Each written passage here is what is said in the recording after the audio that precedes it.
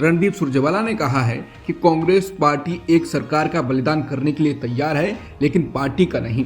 रणदीप सुरजेवाला कर्नाटक कांग्रेस के इंचार्ज और एआईसीसी के जनरल सेक्रेटरी हैं। पार्टी कार्यालय पर आयोजित इस बैठक में कार्यकर्ताओं के अलावा कुछ मंत्री भी उपस्थित थे। उन्होंने कहा कि पार्टी मां है और सरकार बच्चा। पार्टी को निराश करने का कोई सवाल ही नहीं उठता है। रणदीप सुरजेवाला की टिप्पणी कर्नाटक में सरकार के एक वरिष्ठ मंत्री गृह मंत्री जी परमेश्वरा और कॉर्पोरेशन मंत्री केएन राजन्ना से जुड़ी है। दरअसल डिप्टी सीएम और प्रदेश के कांग्रेस अध्यक्ष डीके शिवकुमार ने एक बैठक बुलाई थी, जिसका इन मंत्रियों ने के नेतृत्व में बाकी नेताओं ने बहिष्कार किया था। ये बैठक इस लिहाज से अहम मानी जा रही है कि राजनीतिक गलियारों में ऐसे कयास लगाए जा रहे हैं कि कर्नाटक के मुख्यमंत्री सिद्धरामैया की जगह जल्द ही डीके शिवकुमार राज्य के मुख्यमंत्री बनेंगे। इसके अलावा 8 जनवरी को एक एससी और एसटी समुदाय से आने वाले मंत्रियों की एक बैठक हुई थी। इसे अधिकृत तौर पर सामान्य भोज बताया गया था। इसमें यह तय हुआ था कि दलित विधायकों से बातचीत की जाएगी ताकि ये पता किया जाए कि उनका क्या दुख है। इस बैठक की चर्चा तब और भी बढ़ गई जब इसमें सिद्धरामैया भी शामिल हो गए। दिल्ली चुनाव को लेकर कल राहुल गांधी ने रैली की थी। इसमें उन्होंने मोदी और केजरीवाल को निशाने पर लिया और बताया कि कैसे मोदी और केजरीवाल का झूठे वायदे करने का और प्रचार करने का एक ही तरीका है, कोई फर्क नहीं। इसके बाद अरविंद केजरीवाल ने कहा कि राहुल गांधी जी दिल्ली आए, उन्होंने मुझे बहुत गालियां दी, पर मैं उनके बयानों पर कोई टिप्पणी नहीं करूंगा। उनकी लड़ाई कांग्रेस बचाने की है और मेरी लड़ाई देश को बचाने की है। वहीं आप प्रवक्ता प्रियंका कक्कड़ ने भी केजरीवाल के शब्द कहे और कहा कि राहुल गांधी अहंकार के कारण महाराष्ट्र और हरियाणा चुनाव हारे और कई चुनाव हारते रहे। दिल्ली यूनिवर्सिटी ने हाल ही में पीएम मोदी की डिग्री विवाद में अदालत से कहा कि आरटीआई का उद्देश्य जिज्ञासा संतुष्ट करना नहीं है। पीएम मोदी की डिग्री के बारे में जानकारी का खुलासा करने संबंधी केंद्रीय सूचना आयोग के आदेश को चुनौती देते हुए दिल्ली विश्वविद्यालय ने दिल्ली हाईकोर्ट से सोमवार को ये कहा। सॉलिसिटर जनरल तुषार मेहता ने कहा कि छात्रों की जानकारी किसी विश्वविद्यालय द्वारा जिम्मेदारी के साथ रखी जाती है और कानून द्वारा इसे छूट दिए जाने के कारण इसे किसी अजनबी को नहीं बताया जा सकता है। उन्होंने कहा कि धारा 6 ये आदेश देती है कि जानकारी देनी होगी, यही उद्देश्य है, लेकिन आरटीआई अधिनियम किसी की जिज्ञासा को संतुष्ट करने के उद्देश्य से नहीं है। बता दें, कार्यकर्ता नीरज की आरटीआई याचिका पर केंद्रीय सूचना आयोग ने 21 दिसंबर 2016 को उन सभी छात्रों के रिकॉर्ड के निरीक्षण यानी इंस्पेक्शन की अनुमति दी थी जिन्होंने 1978 में बीए परीक्षा पास की थी। उसी वर्ष प्रधानमंत्री मोदी ने भी ये परीक्षा पास की थी। याचिका में 1978 में परीक्षा देने वाले छात्रों का विवरण मांगा गया था। हालांकि 23 जनवरी 2017 को हाईकोर्ट ने केंद्रीय सूचना आयोग के आदेश पर रोक लगा दी थी। मध्य प्रदेश में ब्राह्मण समाज ने बच्चों की संख्या बढ़ाने को लेकर बड़ा ऐलान किया है।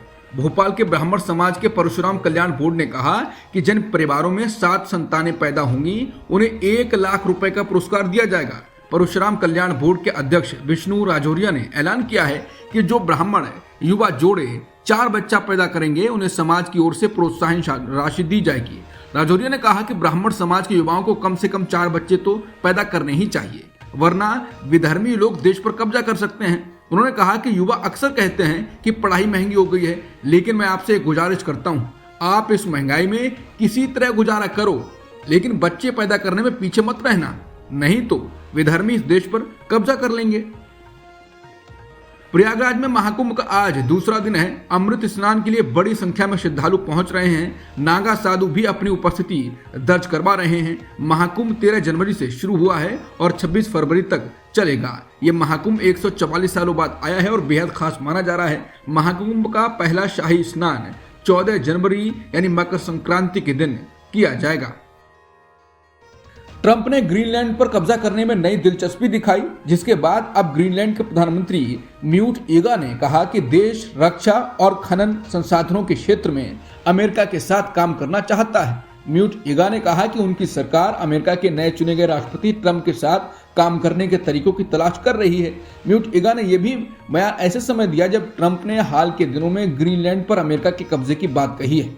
बता दें, ग्रीनलैंड आर्कटिक में डेनमार्क का एक स्वायत्त क्षेत्र है।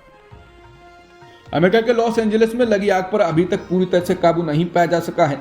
आग के कारण अब तक 24 लोगों की मौत हो चुकी है। जिन इलाकों में आग अभी भी फैली है उनमें पैलिसेड्स, ईटन और हस्ट शामिल हैं। बता दें, लगी आग से अब तक कुल 24 लोगों की मौत हुई है, जबकि 23 लोग लापता हैं। आग से सबसे ज्यादा प्रभावित इलाकों में पैलिसेड्स पहले नंबर पर है। यहाँ पर लगी आग 23 एकड़ से अधिक इलाकों में फैली हुई है और सिर्फ 14% हिस्सों की आग पर ही काबू पाया जा सका है।